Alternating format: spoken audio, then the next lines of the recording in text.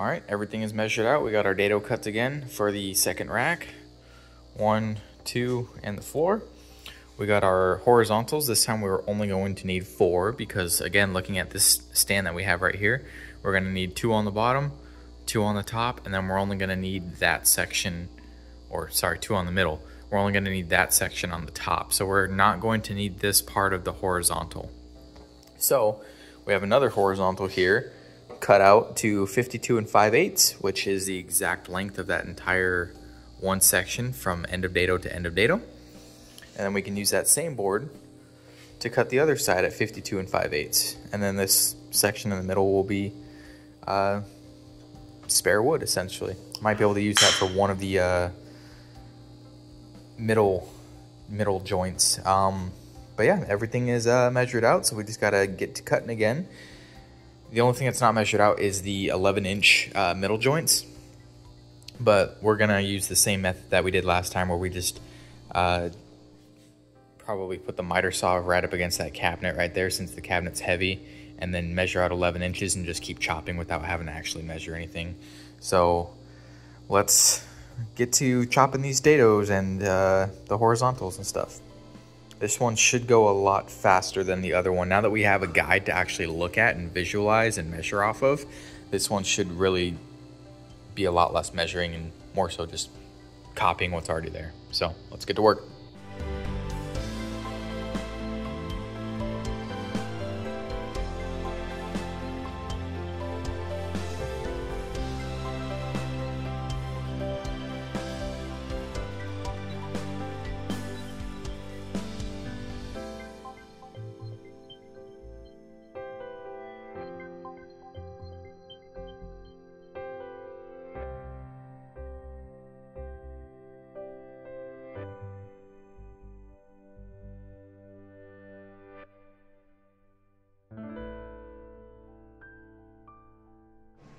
There is stand number 2 completed. Didn't film any of it because we were just going. We just want to get it done, so we didn't want to take the extra time to film it. But you saw the last one, so this one is the same exact way we put it together, screwed it together, all that fun stuff, just without that part. So we're good there. So now the plan is to take all these tanks off, probably shove them in this corner. I can't wait to not play Tetris anymore, but we got to get that rack empty, move it closer to the middle of the room, and then I'm going to go through all of the rough edges with a sander and completely sand this thing down, make sure there's no splinters, no rough edges, anything like that, make sure it's nice to touch.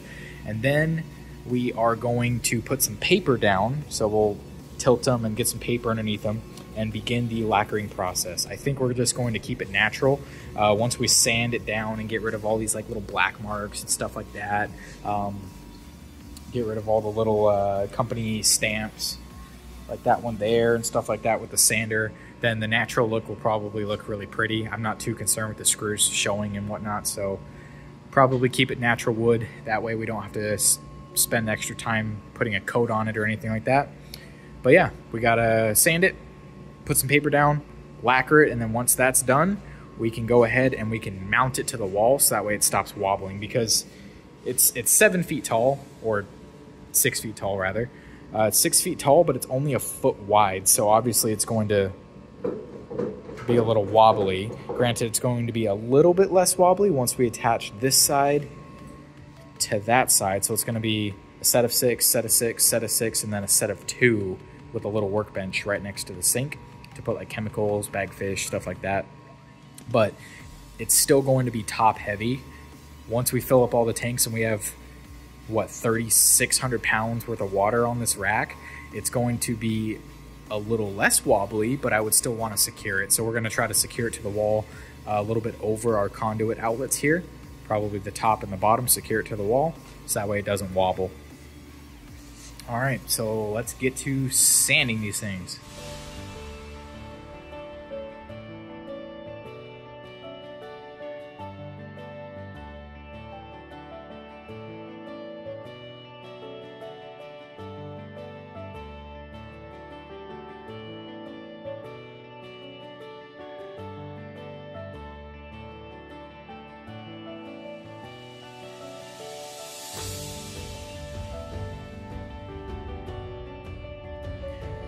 I got a little too carried away while sanding. So I put paper over the existing shrimp tanks right here, so that way none of the sawdust would get into the shrimp tanks. There's sawdust everywhere, by the way, so it's gonna take a while to clean all this up. But anyways, I got a little too close and I chipped the tank a little bit. So it's probably okay because the silicone is holding it all together and it's right on the corner. It doesn't exceed past the silicone.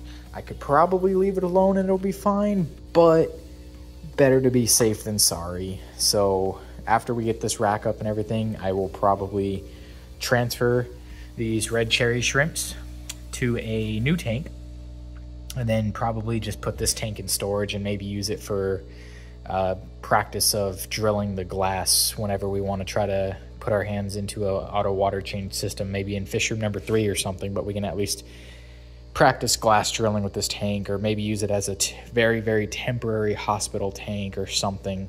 Because now with that chip there, I don't really feel safe having this be a permanent tank anymore. But yeah, an unfortunate mistake, but oh well. That's what you get when you try to have active fish tanks while doing a major construction project. So hopefully that'll be the one and only damage that we have to our fish tanks. All the other ones seem to be perfectly fine. So let's continue. This one is completely sanded now. We just need to sand the other one and then we can start putting a lacquer on everything. So let's continue sanding. I'm very sad about that, but let's continue. Both stands sanded, both stands put on paper. This is a lot of work. Now it's time to put on some polyacrylic. We'll see how one coat does, and also if I even have enough polyacrylic to last more than one coat. But after we see what one coat does, we will move on and possibly do a second coat depending on how that first one looks, or we might just leave it at one coat. So let's get lacquering.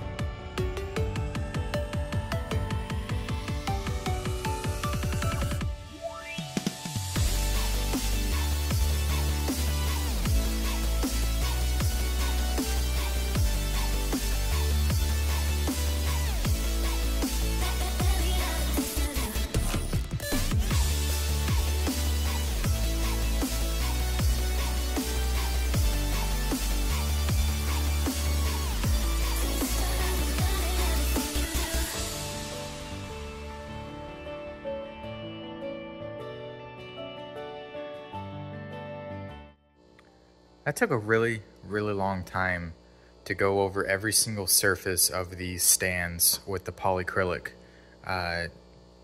stain. It did darken a little bit in color, and it gives it more of like a natural wood color, which is really nice. It's kind of what we were going for. I probably could have done a little bit better work sanding, because now I got all this like little black stuff and whatnot, but whatever. I'm not too concerned with the color because it's still going to serve its purpose. But the next step now is, now that this has dried overnight, we are going to go over it with a very light sanding sponge just to get any rough patches off. And then we should be able to mount it to the wall. Still have to come up with an idea on how we're going to mount it. I think what we're going to do is we're going to take some of those remaining 2x4s and we're going to bolt them into the studs on the wall, probably one high and one low, one above and below that electrical box essentially. And then once we have that bolted into the wall, then we will attach the stands to that 2x4. We're probably going to need to make a little bit more room than that, so it might be like one of these inserts, but maybe only a few inches. Have an insert on the side and then that bolted 2x4 just to give it enough room to be able to access those outlets behind the tanks. So more to come on exactly how we're gonna do that, but yeah, just give it a light sanding, mount it to the wall, and then we're pretty much good to go to put tanks on. We still have to figure out what kind of like a styrofoam or a foam padding we want to use for underneath the tank. So that way any little deformities in the level of the wood, those will just come right out with the foam.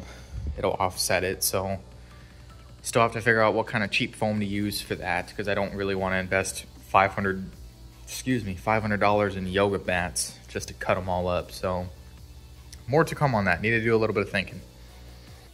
So we got all the fronts of them lightly sanded and where the tanks are going to go. The backside and stuff I'm not really too worried about, because it really doesn't do a whole lot other than make like the little tiny bumps that the raw stain makes into a smoother surface while still keeping that polyacrylic coat on. So we just did the area where the tank's going to sit and the fronts where it's going to get touched a lot. So on the topic of the mats that are going to go underneath the tank to balance out, like if these two pieces, for example, are not perfectly smooth and level versus these two, which they would be off by fractions of a decimal. So in order to alleviate that, so the tank has even pressure all the way around, you want to put a mat on all the surfaces that the tanks are going to touch, which on ours is all four sides. Because as we've discussed before, the tank only sits on about a ½ inch on each side. The underside of the tank is not flat. It's a little hollow on the inside, other than just a ½ inch all the way around the outside of the tank. So we went to Lowe's and we got this anti-fatigue mat, which is about between 1/4 and a ½ inch thick, but it's that perfect texture of it'll absorb the weight of the tank and offset it by any unevenness in the rack, while still keeping it pretty waterproof. This is pretty dense, so water's just gonna roll right off of it. So this material is perfect. However, this material is also expensive, because if we wanted to do a 20-gallon tank, you're talking 1 foot by 2 feet long. That's already about $6. So I don't really want to do a $6 mat for every single tank, because this is $6 per linear foot, this specific anti-fatigue mat material. I don't really want to do $6 per tank, because that's going to add up rather quickly. 20 tanks, $6, that's already $120. And then you put on all the other tanks that we're going to have, all the bigger tanks, the 40-gallon, the 60-gallon, the 55-gallon, all that fun stuff. You're talking several $100s for mats. So what I'm thinking of doing is we're probably going to test this with 1 or 2 tanks, but I'm actually going to cut this into strips, probably about maybe 1.5 inches, 2 inches thick, just enough to cover this wood, and maybe just a tiny bit extra, so probably about a 2-inch piece, all the way across where the tank is going to sit, and then leaving the inside hollow. That's going to save a lot of material and a lot of money. The only thing I'm concerned with is the mat's moving around a little bit. Like when we go to put a tank on, if the mat's gonna move a little bit and cause any deformities. So we're going to try to use some liquid nails in order to keep the mats in place. So we're gonna cut some strips and we're going to put some liquid nails down where the tanks are gonna sit and see how that works. If the mats stay in place, then I would feel comfortable saving them several $100s on the inside area of the mat and just doing strips. And then instead of using the mat's color for if we have like a glass bottom tank, I was just going to have like a black yoga mat or something like that. So that way, if you look down through the tank, and also the fish and the shrimps and stuff that are living in the tank, they would only see black going down. But now they're going to see crystal clear if we don't have any substrate. So I think what we'll do is we will also paint the bottoms of the tanks black while we're painting the backs and the sides. So let's test this first. Let's cut out some pieces of this anti-fatigue mat and liquid nail it down and let it cure and see if it is going to do what we hope it's going to do.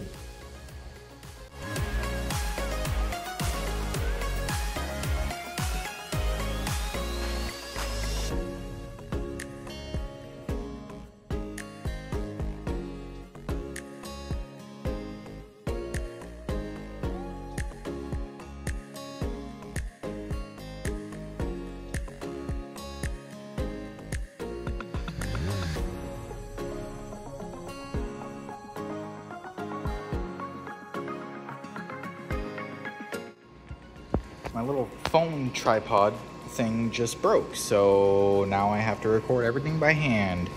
I'm sorry, I just gave you a little bit of motion sickness right there.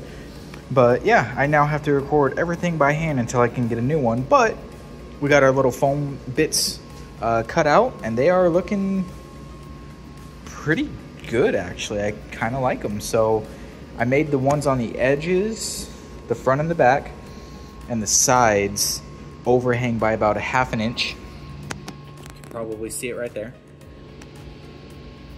And I have them overhanging inward, but the ones in the middle, I have them sitting completely flush, so no overhang at all. And I did, yeah, ignoring that.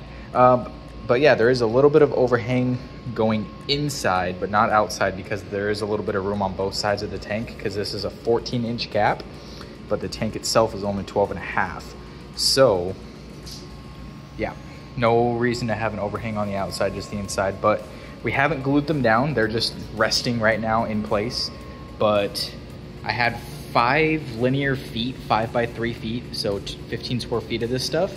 And it got me these 3. What I'm doing is I'm doing a 49.5 inch one strip all the way across. And then I'm doing a 2-inch, 10-inch long piece on each side. And then a 3-inch, because, you know, a 2x4 is 1.5 inches and 1.5 inches. So the center, to have it exact, I'm just doing a 3-inch wide piece by another 10 inches. So the 2-inch, 10-inch, and 2-inch is our 14-inch length across the stand right there. So I have about this much left. I could probably cut another maybe 10 of the 49.5 inch runners, and then I might be able to cut like another 4, maybe 5 of the 10-inch pieces, but that'll probably be it for this. Oh, and I have 2 more of the 10-inch pieces right here. But yeah, 5 linear square feet almost covered this entire stand, because we're not putting tanks on this one. We still need more padding up here, which we can definitely get as the padding out of that. And then on this stand, we will need 6 of them. So this one, only 4. This one will need 6. So I might go back to Lowe's and get another 5-foot piece, maybe even like a 6 or a 7-foot piece. And that'll be enough to have carpet on all of these stands. I will still need more for when we do the bigger rack, but I'm not doing the bigger rack anytime soon. I want to get these in place, set up the tanks, start cycling them, and be done for a little while. And the next time we do racks, I don't want to be cutting wood inside the garage. It got way too dusty. I'm still cleaning up dust everywhere I go. I want to try to do it outside the garage once we can, you know, get everything off of the door. I want to try to move all the equipment outside and cut the lumber outside.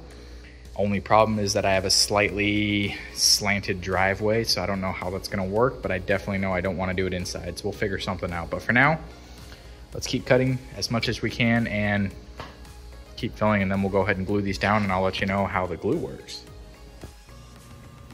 That turned out pretty good. I like it. The foam is everywhere where it needs to be for the tanks.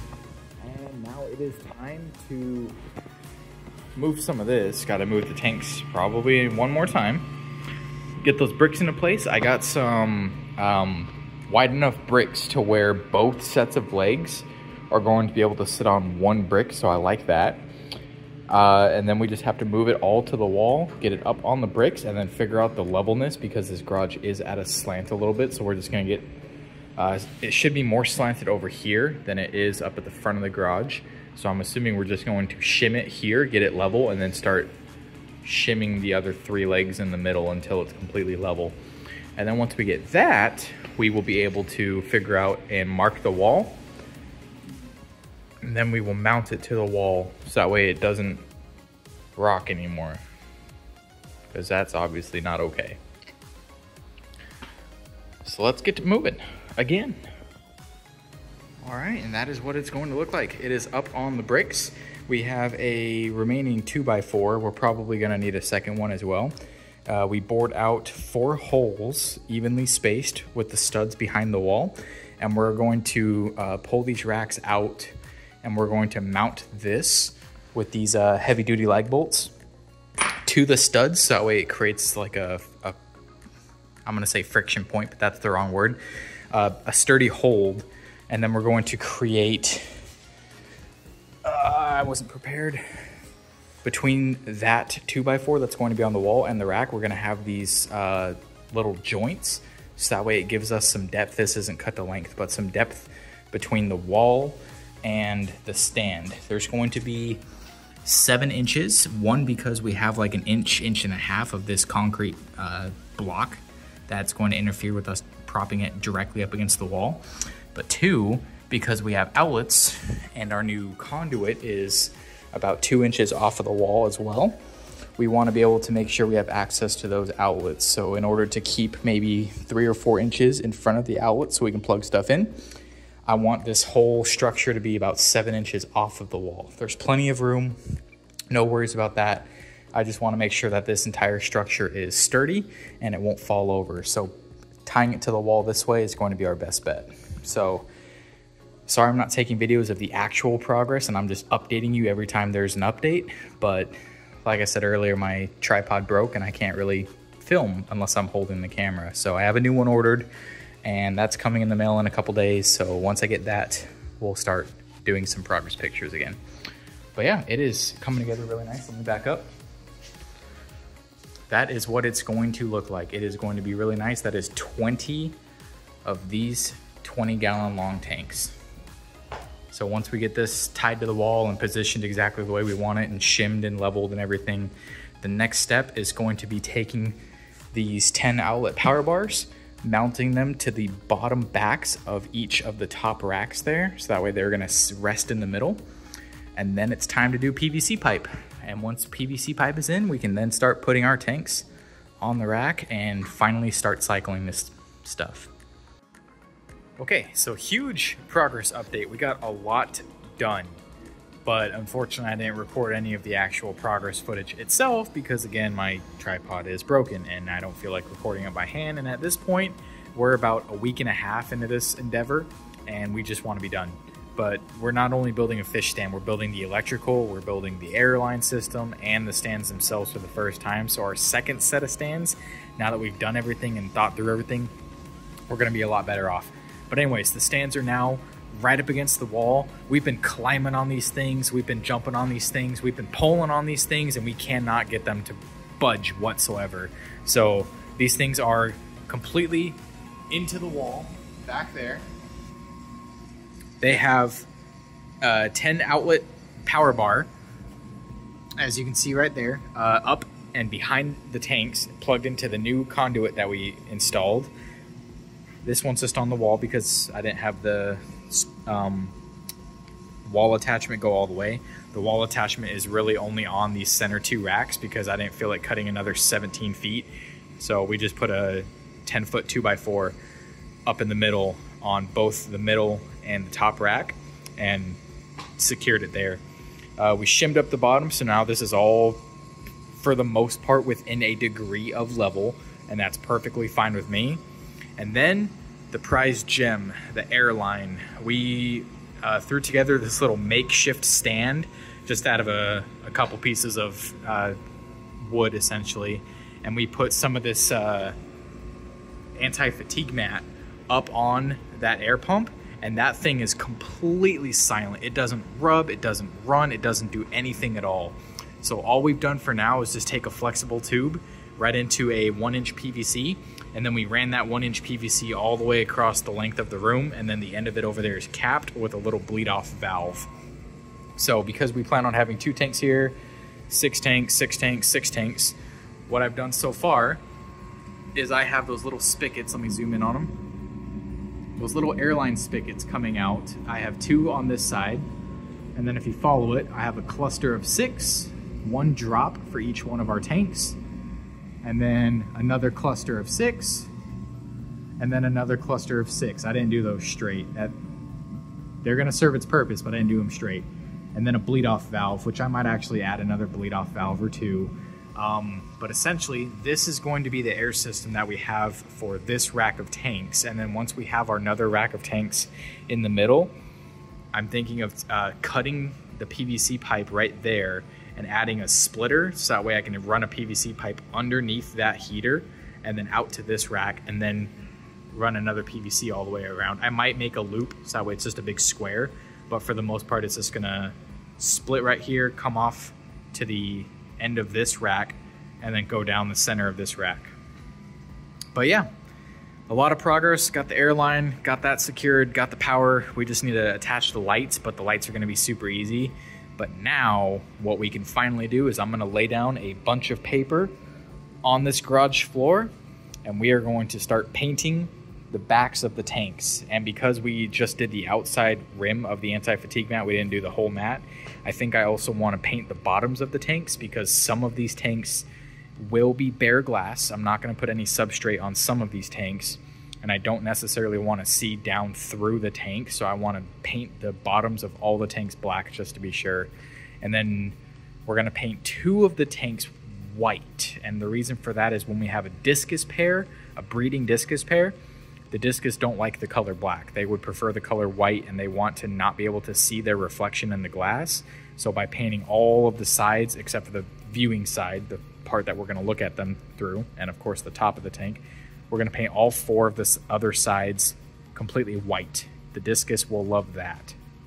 So all these tanks are going to be painted black with the exception of 2. We're going to keep 2 white. So let's get some paper on the floor, so that way if we spill anything, it doesn't get on the floor. We'll start taking all the cardboard off of these tanks, and we will start painting. And once they're painted, they're just going to go up, and we're going to plug and play. Let's get started.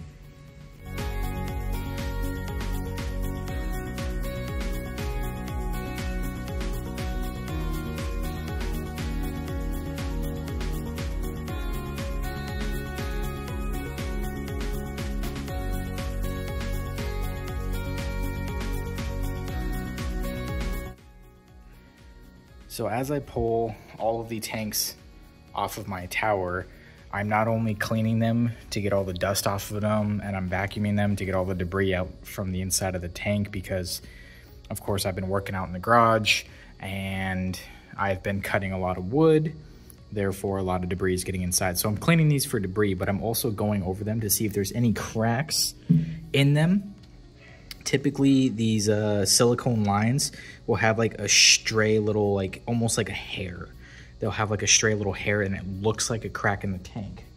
So what I do is I take a razor blade and I try to scrape off that little hair and see if it is indeed just silicone or if it is a crack. And almost every single time it is silicone, and it's going to be really hard to see it, but this one here, I don't know if you could see it or not. Might have to get something to put behind it. You can kind of see the reflection of it right there.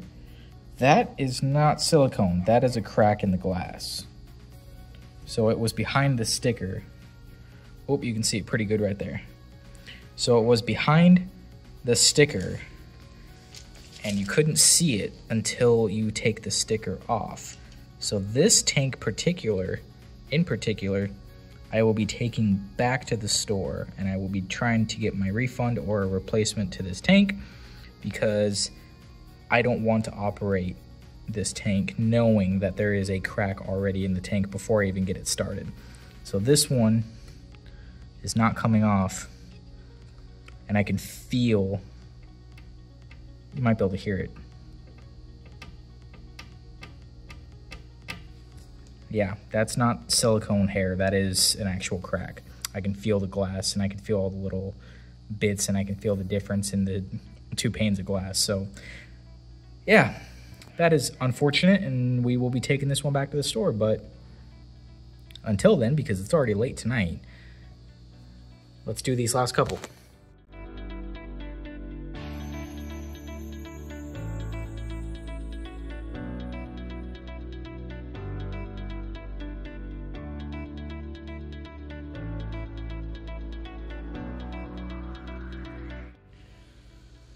So I can only fit 12 tanks comfortably, giving us enough room to walk in between them and not, rub up against the paint or anything like that. But these are all of the tanks painted.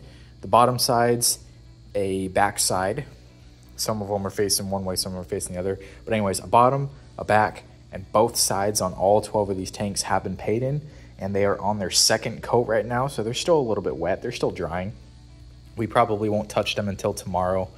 There are some tanks that have a little bit of white spots on them, which in a perfect world I would love to clean up, but for the most part, you're not going to see them. The fish aren't going to see them. They're going to be just fine.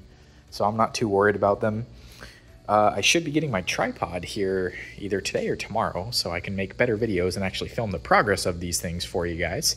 But yeah, once we get the 12 tanks here dried and ready to put on the wall, we're going to do that.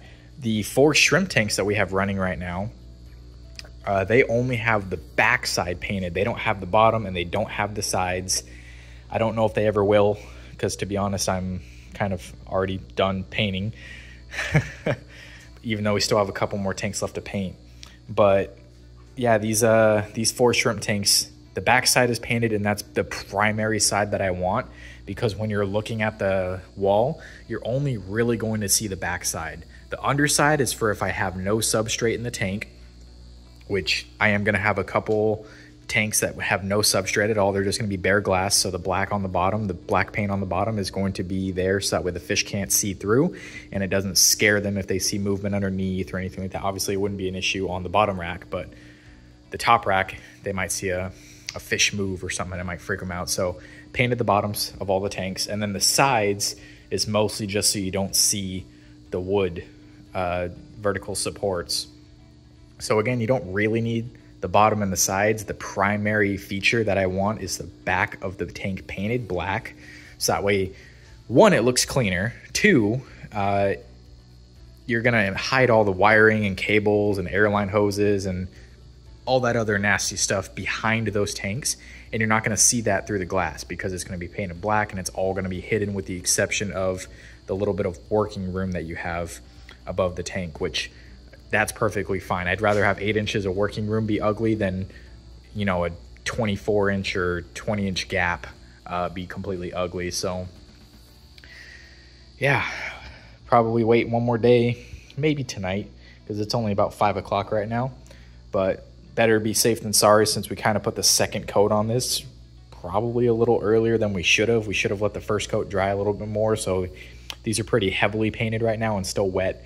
So I think we're just gonna wait until tomorrow and then take these tanks, put them on the rack, take these 4, put them on the rack, so that way at least 16 tanks will be up on the wall.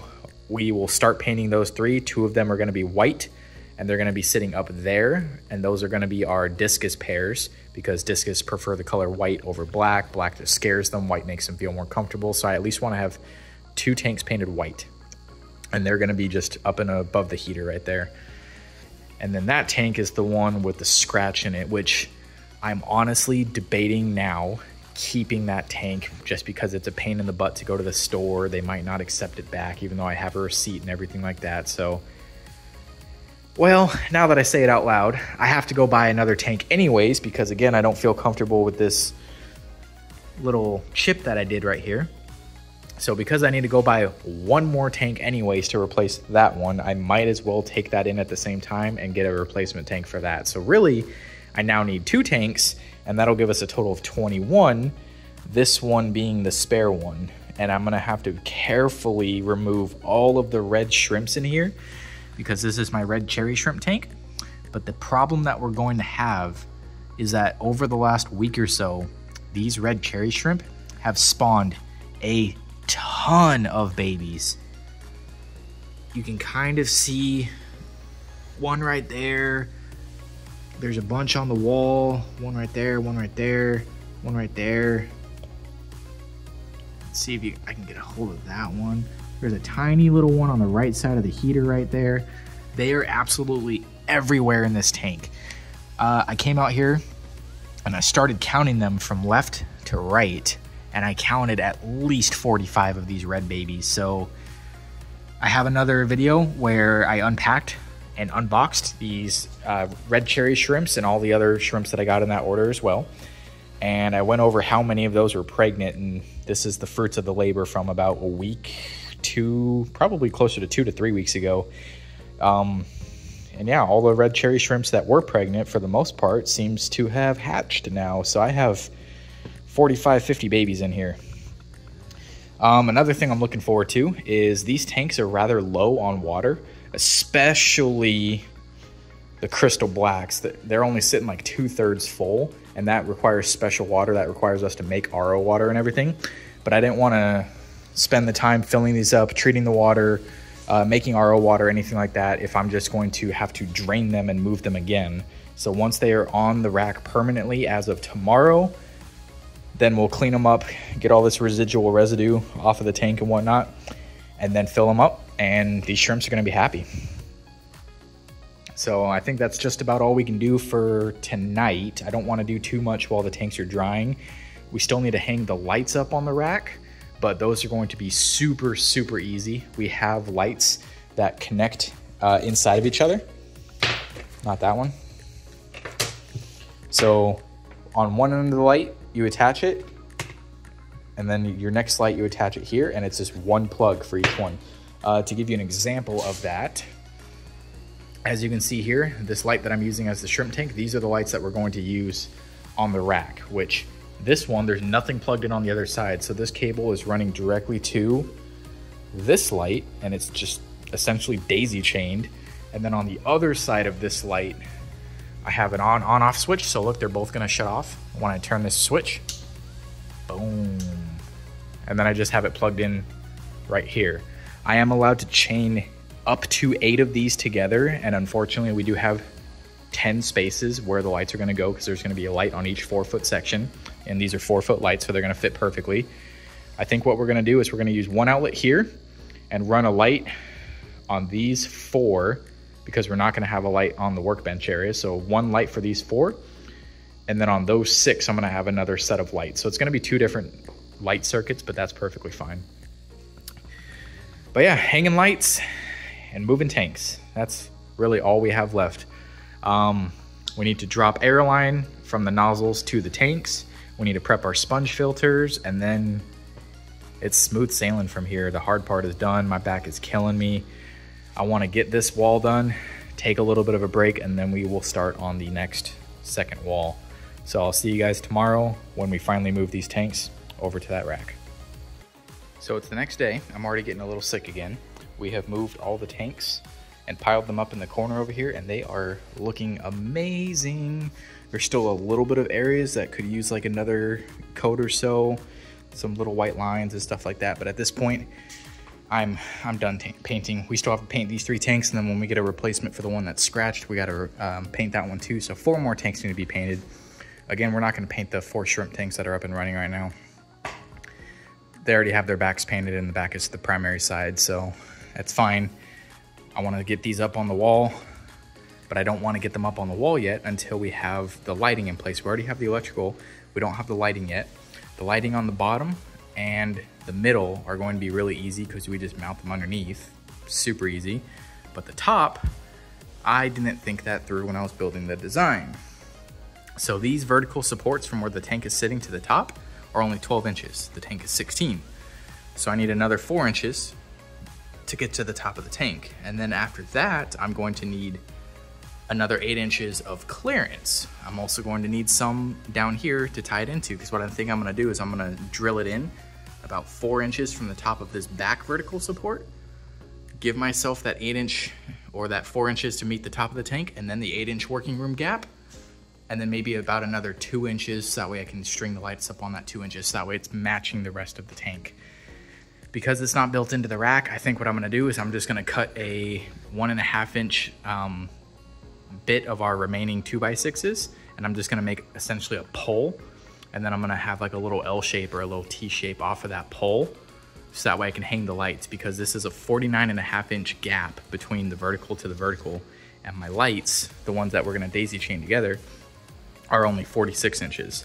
So I need something to go left and right each way to grab the light. So I didn't want to do another bit of cutting, because that's just going to get sawdust everywhere, and it's currently snowing outside, so I can't really go outside yet. We are going to cut a couple of these little verticals to attach to the remaining verticals, and then we're going to cut some little horizontals and make little T's at the top essentially. And then we will put the lights up.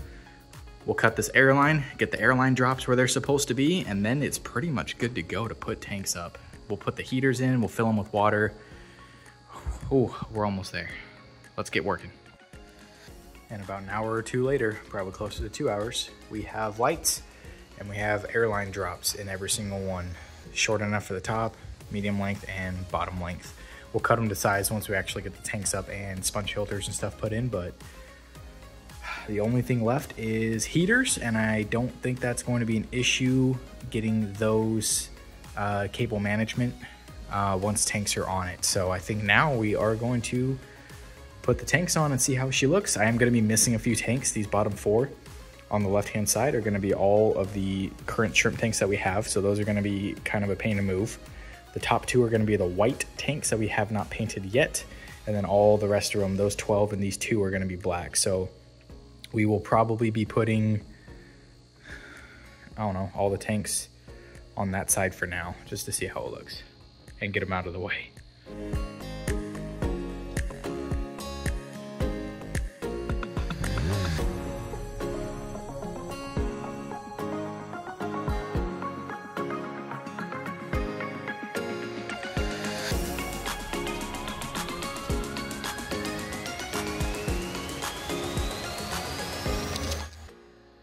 Okay, got them all set up. I got the new heaters in every single one of them. I have not plugged them in yet.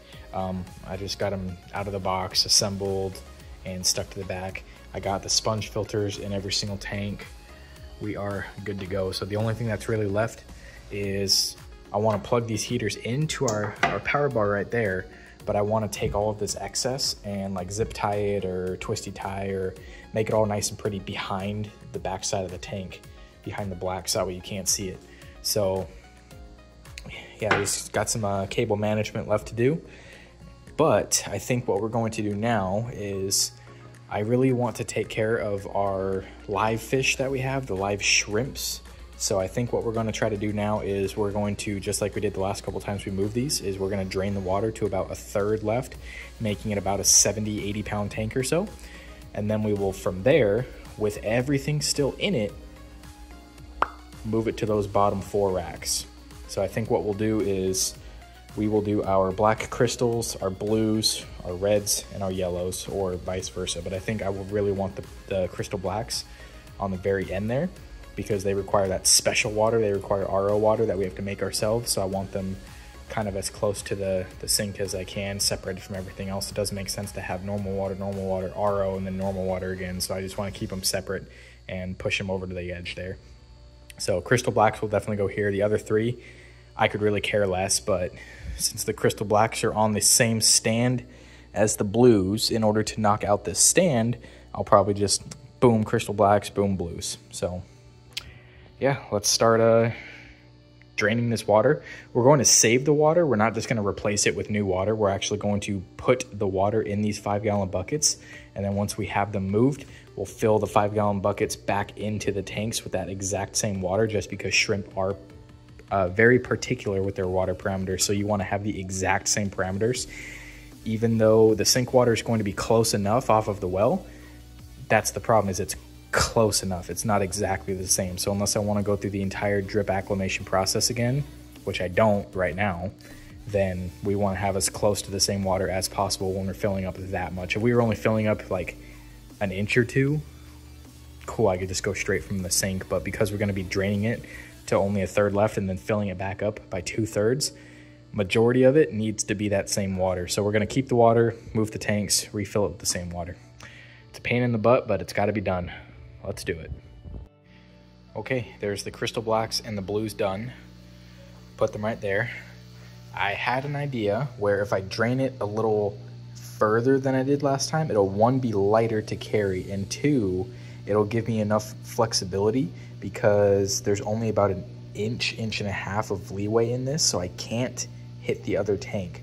While these tanks are very heavy, I have to not only get them on and centered on the rack, but I also cannot hit either side of these tanks. So doing this with full tanks is, or occupied tanks, I should say, is a little intimidating and not something I would like to do anytime soon again. But these 2 tanks didn't go very bad, and I'm currently using a siphoning method to siphon out. Now that we have the water at a higher level than the shrimp are, I'm siphoning out the water from here to there, just so I don't have to keep using a bucket to go back and forth. So I figured this would be the easiest way. It's a little slower, but it's getting the job done. and it gives me a chance to take a break and prep the next tank. So this is bucket number 1 of the Crystal Blacks. I have another bucket of RO water right here for the Crystal Blacks, and then both of these tanks will be done. I already have the heaters plugged in and the air lines on. I actually need to go through and adjust all the air lines once I have water in all the tanks, and I can see how much air is going to each line. I can turn those little valves up there. Yeah, those little valves that are on the stems, I can turn them to supply either full air, no air at all, or anything in between. So yeah, as we get the fish room set up, we will definitely have to go through and adjust each individual line to make it to our exact liking, because that right there is already too much for shrimps. Shrimps don't like that much movement. So once I get these 4 tanks in, I'm definitely going to be adjusting the air a little bit and making it to fit their likings. And there she is, completely, fully functioning, up and running, 20-gallon tanks. I absolutely have been loving this rack. I completed it with my father-in-law Tom a couple days ago, and it's been running ever since. And I am just absolutely amazed every time I come out here in the garage and I take a look at it in comparison to what our last fish room was. This is amazing.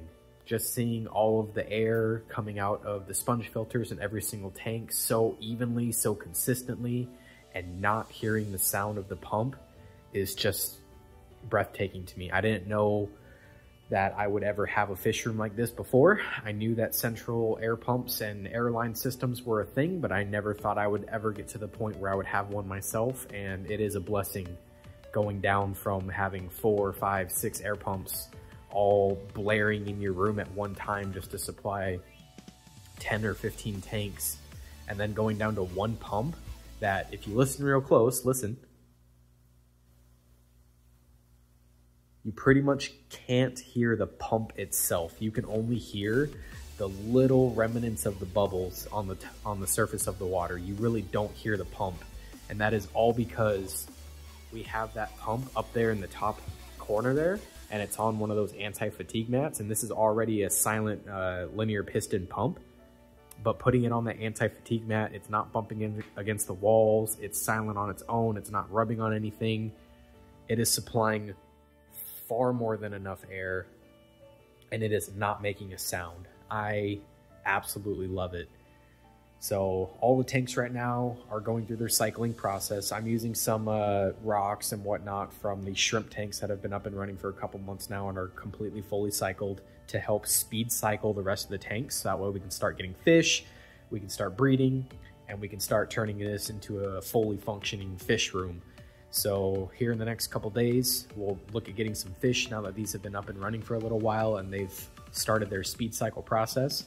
But I honestly, I couldn't be more happier, and I definitely could not have gotten it done without a lot of help and knowledge and insight from my father-in-law, Tom, over at Tom's Tinkering and Adventures.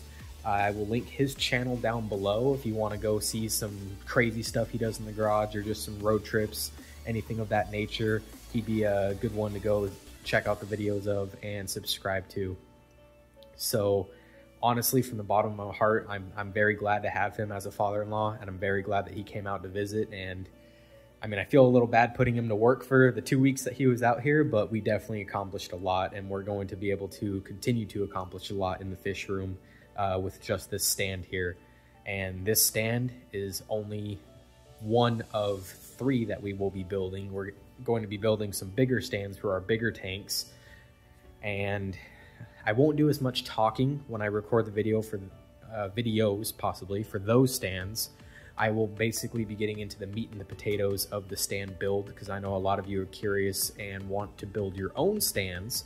So I'll be more detailed with the measurements and exactly how we're going to be putting those together versus me just talking about the fish room itself. So stay tuned for those videos to come. I will likely be doing those in the next month or 2, but for now, we're just enjoying this wall.